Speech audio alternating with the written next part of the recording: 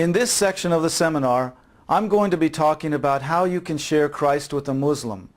I want to begin by going over some different basic points on Muslim evangelism. There's no special order to the way these points are presented, but my hope is that the insights shared from my own experience and that of others will be helpful to you in sharing the gospel with Muslims. A young Pakistani man about my age stopped and let me talk with him. He was a guest worker, an immigrant worker to Germany, and he told me he was a Muslim. I began to tell him about the need we all had for salvation from sin. I told a story of two men walking down a path who both fell into a deep pit. They couldn't get out, and one said to the other, "Help, get me out of here." The other replied, "You idiot, how can I get you out when I am in the same hole?" But just then a man walked by from above, and he was able to pull them out. In the same way, I told this young Pakistani, we are all sinners and lost in a deep pit of sin. Only someone who is not in that pit can pull us out and save us. Jesus was the only one without sin, I told him. Even Muhammad, I said, was a sinner and had said that he had to confess his sins 70 times a day, which it does say in the Hadith. When I said this young man became very agitated and angry and put his finger in my face.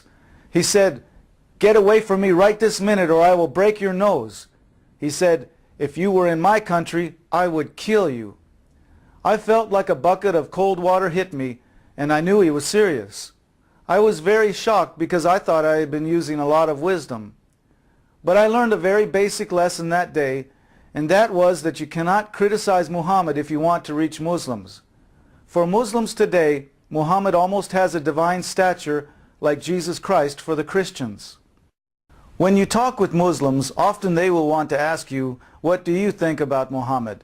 And if you answer that he was a false prophet or demon-possessed, you will have lost them.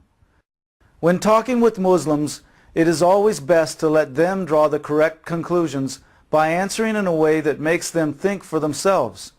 Jesus said in John 12:32, "When I am lifted up from the earth, I will draw all men to myself." If we lift up Jesus and proclaim his character and the high standards which he set, it will be far more effective than if we attack Muhammad directly. There's a saying in English, you can catch more flies with honey than you can with vinegar. So exalt Jesus and don't directly attack Muhammad.